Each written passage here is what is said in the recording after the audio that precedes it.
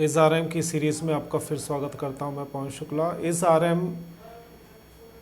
बहुत सारी चीज़ों के साथ यूज़ होता है, जैसे I, we, you, they, he, she.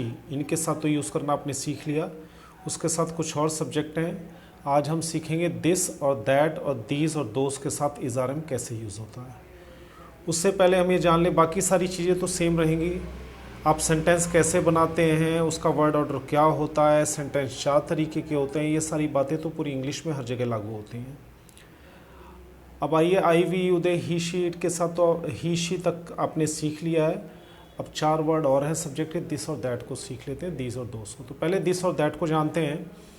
कई बार हमें लिखना पड़ जाता है, ये एक पेन है, ये कार है, ये मेरी कार है, कुछ इस तरह से।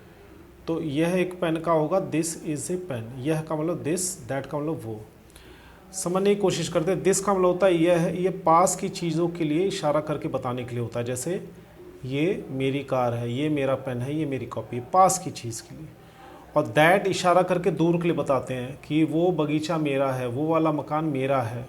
तो दैट का मतलब होता है वो, या हिंदी में हम वह भी कह देते हैं। हर दूर की चीज़ के लिए इशारा करके लिए होता है।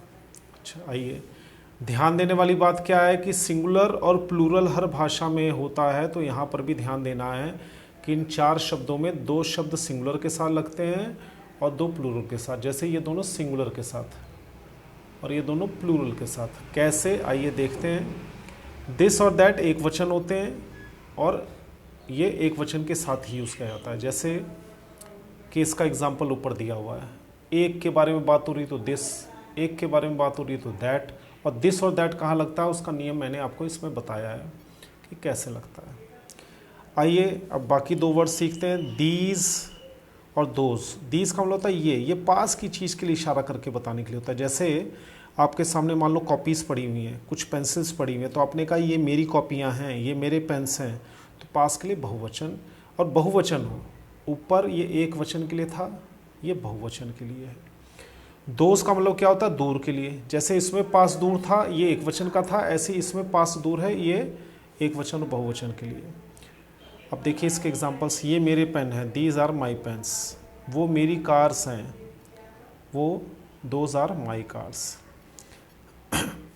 यहाँ ध्यान देने वाली बात है, देखो आप पेन्स लिखा हुआ है, कार्स लिखा हुआ है।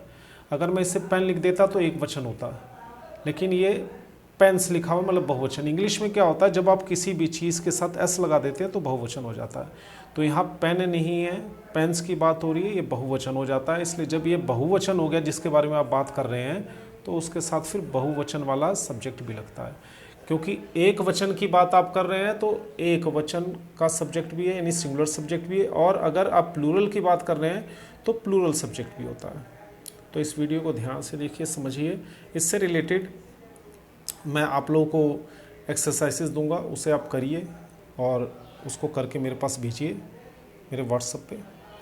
मिलते हैं अगली वीडियो में, देखते हैं इस आरएम का और क्या क्या यूज़ है आगे भी। धन्यवाद।